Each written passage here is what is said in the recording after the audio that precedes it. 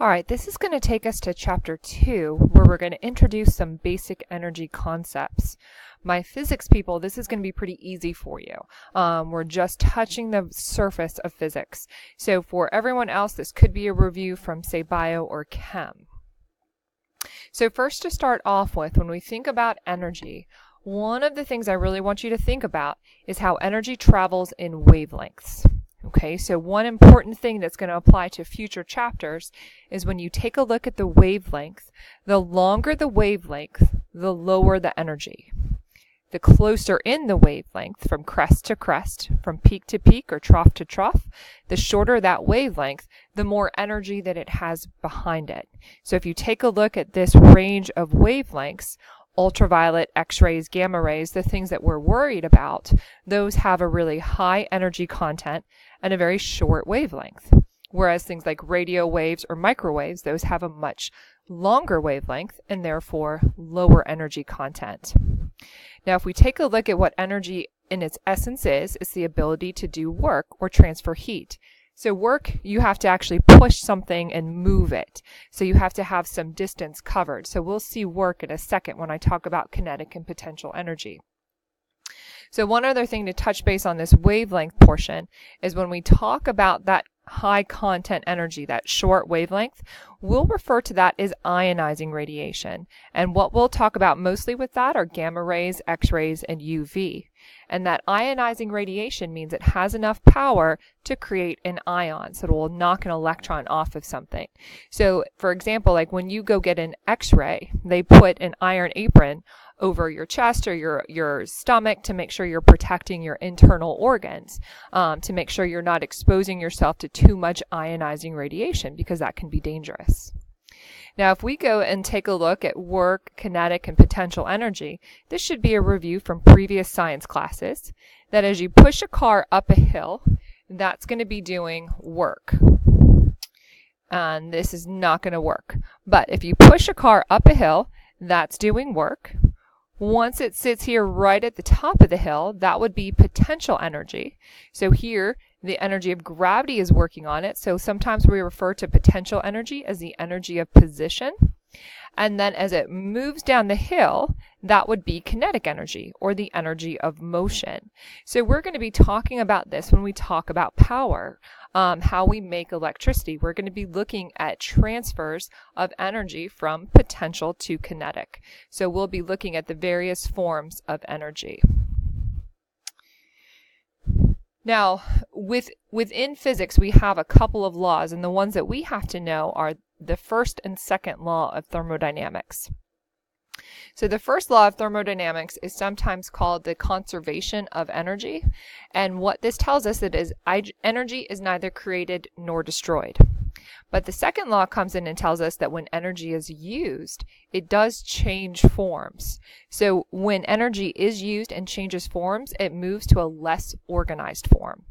Now, for my physics people, you might be familiar with the term entropy. So this would be an increase in entropy. Now, one of the ways that I like to look at this is with diagrams. So here, the first law of thermodynamics, here's a scale, and it tells us that the energy going into something is equal to the energy coming out.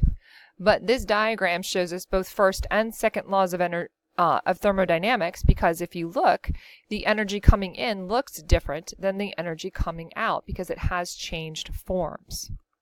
So here's a little bit better of focusing on the second law of energy, that here, this is the usable energy coming in. Let's say this is coal, and this is the energy after that coal is burned.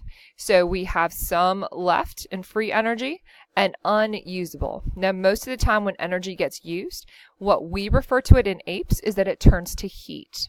Okay, so here, each step of the way, energy is used and converted into something else, and it loses some of that usable energy each time. So it goes to a less organized form.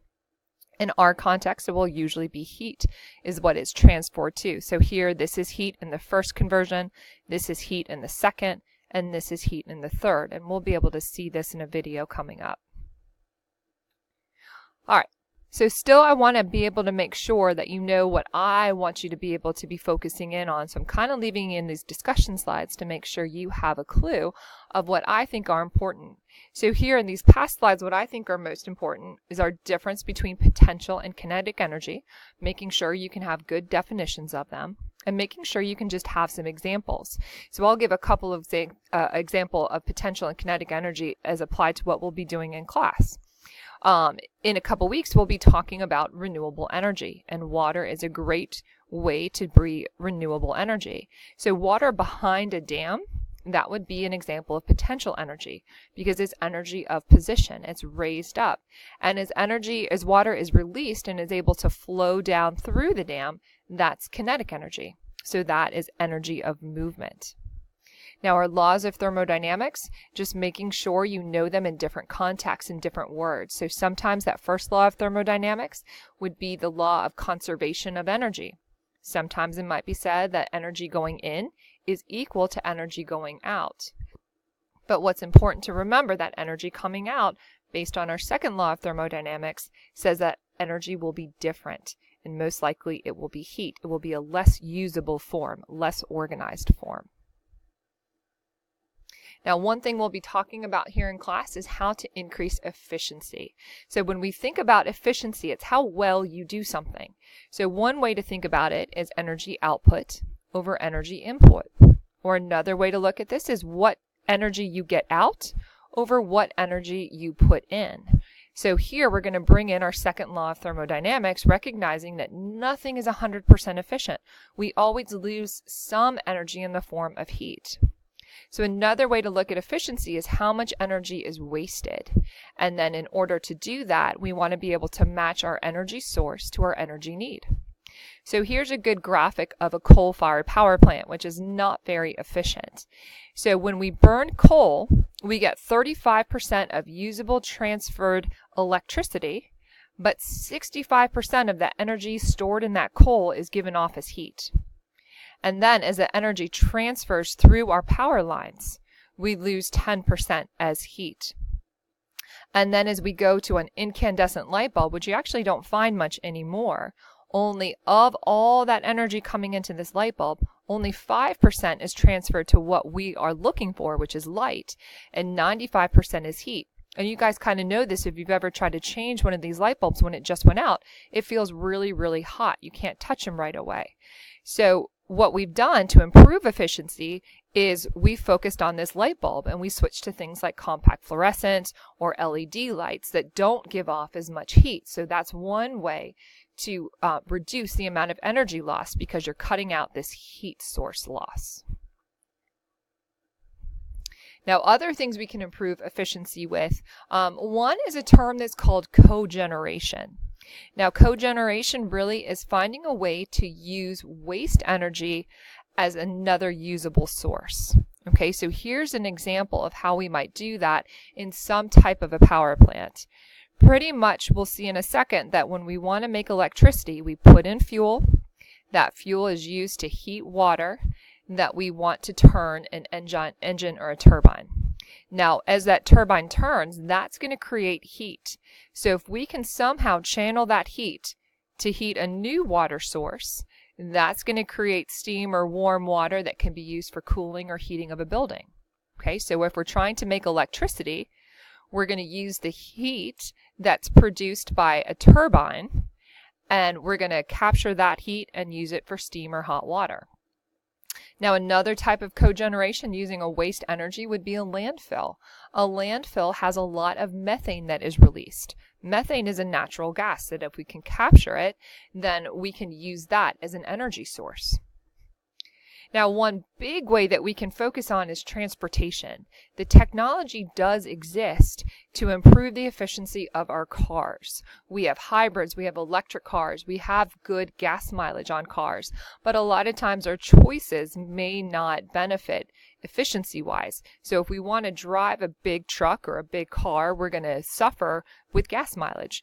But the technology is there to improve efficiency in transportation. Now, one key thing that we have to do when we're talking about making electricity is reduce the number of conversions, and you'll see an example of that.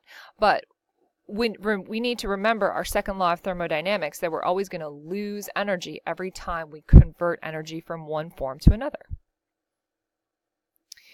Now, one thing to think about, this is net energy. This concept, what I want to bring you back to is our talk about resources and reserves.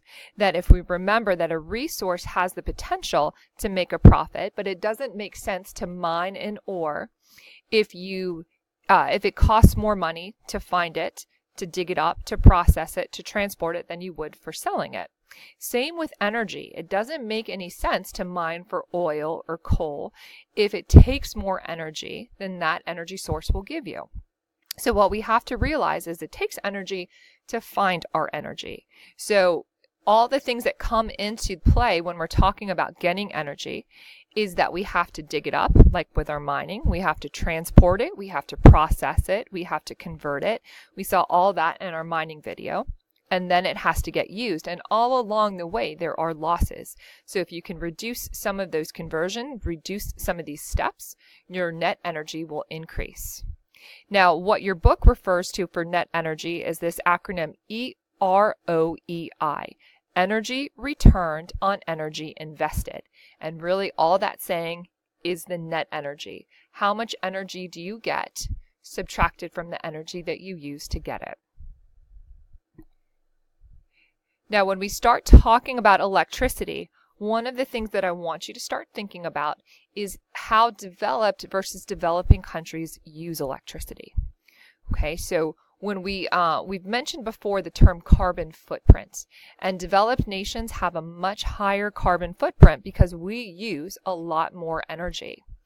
Developing countries, they might have a larger population, but they're not using as much energy as they go. So this graph over here does a good job of showing the purple bar is total energy consumption, whereas the blue is per capita energy consumption. So what we have to take into account here is the size of the country and then how much energy do those people use. So when we think about United States, our third most populated country, we are both high in population, but we're incredibly high in per capita energy consumption. So remember that per capita means per person. So our per capita energy is high, and that drives our total energy consumption high. Then you have a country like China that's still in that developing phase, and their total energy consumption is high, but their per capita is low, but their huge population, they're number one populated country in the world, so that's why they're so high. Now, one thing I want to ask you to think about in the comments at the end of this video is, why is Canada's per capita consumption so high? Why do you think? Now, their population is low, so that brings their purple bar, their total energy consumption, low, but their per capita is so high. So I want you to think about some reasons why. Now here, if you take a look at this graph over here, this graph shows the United States energy uses throughout the last nearly 200 years. So if you look prior to the Industrial Revolution, mostly it was wood, which is a renewable resource. But when the Industrial Revolution started, we really took off with coal, followed in about 75 years or so by oil. So oil has surpassed coal. And one big thing we use oil for is transportation. We still do use coal a lot for electricity. And then in the 1950s or so, natural gas really started taking off because that's a lot cleaner. So if you look, our fossil fuels are our top 3 energy sources, whereas our renewables, like hydroelectricity, never really took off much. Our nuclear energy increased, but as we get there, we're going to talk how that is not such a viable source of energy. And I don't see a tremendous future in our country for that. All right, we're going to watch this video in class. So last step that I want you to think about is we'll go over the basic steps in creating energy. I do want you to think about developed and developing countries and ways to improve efficiency. And I also want you to think about that question I asked you about why Canada might be so high.